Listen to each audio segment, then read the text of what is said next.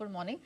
Result season is in full swing, तो ज़रा बताइए कि क्वार्टर वन के कौन कौन से नंबर्स आए हैं। Good morning. काफ़ी सारे कैश के नतीजे आते हुए दिखे। एंजल वन पे आपको फोकस करना है। क्वार्टर वन नतीजे काफ़ी स्ट्रॉन्ग आपको दिखेंगे। 70% से ज़्यादा की ग्रोथ यहाँ पे रेवेन्यू पे आते हुए नजर आई है। कामकाजी लेवल पे मुनाफा देखें तो 45% की ग्रोथ से ज़्यादा यहाँ पे बढ़कर आती हुई दिखी। हालांकि मार्जिन में करीबन 600 बेसिस पॉइंट का दबाव आते हुए नजर आया, लेकिन मुनाफा भी देखें तो 32% की स्ट्रॉन्ग ग्रोथ आपको यहाँ पर भी नजर आएगी।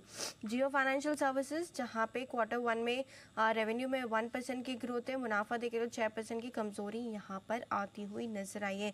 कंपनी ईएमआई जो ऑफर्स है वो क्रेडिट और डेबिट कार्ड पर ब्रांडिंग ईएमआई पर जो है वो कंटिन्यू करने वाली है।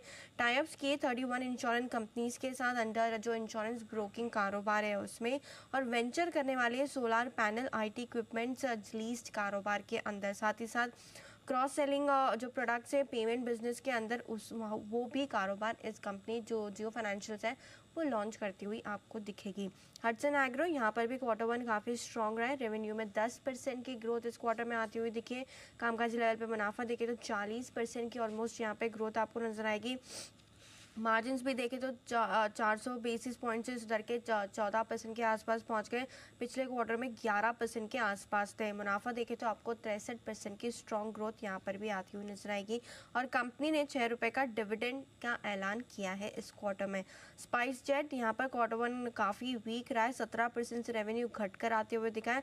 कामकाजी लेवल पे घाटा देखें तो 45 करोड़ का था पिछले साल इसी समय, इस बार 231 करोड़ का आया है। और नेट लेवल पे भी घाटा देखे तो 300 करोड़ का घाटा कंपनी ने दर्ज किया है। पिछली बार प्रॉफिट था 110 करोड़ के आसपास का।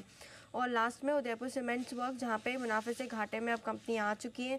रेवेन्यू देखें तो 32% की ग्रोथ है। कामकाजी लेवल मुनाफा भी 40% की ग्रोथ दिखा रहा है। मार्जिन में भी सुधार है, लेकिन डेप्रिसिएशन और फाइनेंस कॉस्ट में बढ़ने से इस बार 4 करोड़ का जो मुनाफा था पिछली बार, वो इस बार 10 करोड़ का घाटा आते हुए नजर आया है। ओके, चलिए, तो ये कुछ नतीजे हैं जिन पर आज ये चुनिंदा स्टॉक्स रिएक्ट करते दिखेंगे। लेकिन अनुपुर, ये भी बताइए कि कौन सी महत्वपूर्ण ट्रिगर्स है जहां नजर रखें और खबरों के दम पर कहाँ एक्शन है। बिल्कुल, निफ्टी में आज बजाज ऑटो के नतीजे आते हुए दिखेंगे, तो यहाँ पे आपको फोकस करना है। एफएनओ में एलएनटी फाइनेंस के आज नतीजे आने वाले। जी एंटरटेनमेंट बोर्ड बैठक में फंड जुटाने पर बोर्ड जो है वो विचार करता हुआ दिखेगा, तो इम्पोर्टेंट डेवलपमेंट है, यहाँ पर भी नजरें रहेगी। बजाज ऑटो यहाँ पर फोकस आते हुए नजर आएगा। रिजल्ट्स के साथ साथ एजीएम भी आज 2 बजे, तो यहाँ पर भी फोकस रहने वाला है। ज्योति सीएनसी लॉक इन जो है वो आज खत्म होता हुआ दिखेगा। 67% इक्विटी आज ओपन अप हो जाएगी। एक्सटेड एंड नेस्ले इंडिया 11 रुपये का डिविडेंड एडजस्टमेंट यहाँ पे आपको दिखेगा।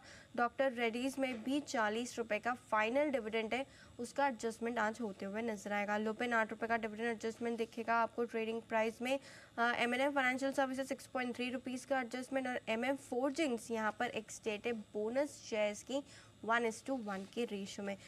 खबरों के चलते वेदांता पर फोकस करना है। क्यूआईपी की प्रक्रिया अब खुल चुकी है। फ्लोर प्राइस देखे तो 461 के आसपास है।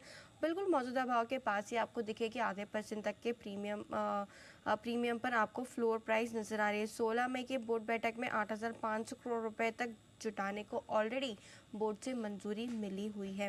वोडाफोन आइडिया, यहाँ पे इंटरेस्टिंग खबर आती हुई दिखी है, जहाँ पे एजीआर बकाया में कैलकुलेशन जो है वो गड़बड़ी ठीक करने के लिए वोडाफोन आइडिया की याचिका लिस्ट करने के लिए सुप्रीम कोर्ट विचार करने के लिए अब तैयार हो चुका है।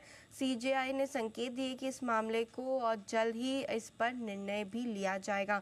कंपनी की फिलहाल एजीआर बकाया लगभग 70,300 करोड़ के आसपास है। अगर याचिका सफल होती है तो एक एजीआर बकाया जो है वो 30,000 से 35,000 करोड़ तक कम होते हुए दिखेगा। तो सिर्फ वोडाफोन के लिए नहीं, बाकी टेलीकॉम कंपनीज भी आज फोकस में आती हुई नजर आ सकती है। ONGC, Reliance industries, oil India पर आपको फोकस करना है, क्योंकि सरकार ने कच्चे तेल पर विंडफॉल टैक्स गेन 6,000 रुपये से बढ़ा के 7,000 रुपये प्रति टन कर दिया है, तो यहाँ पर रहेगा फोकस। एचयूएल की इंटरेस्टिंग खबर आती हुई दिखी है, जहाँ पे बोर्ड ने वाटर प्यूरिफायर कारोबार है उसके बिक्री के लिए मंजूरी दे दी है। प्योरिट का जो कारोबार है 601 करोड़ की ईवी में अब बेच दिया जाएगा।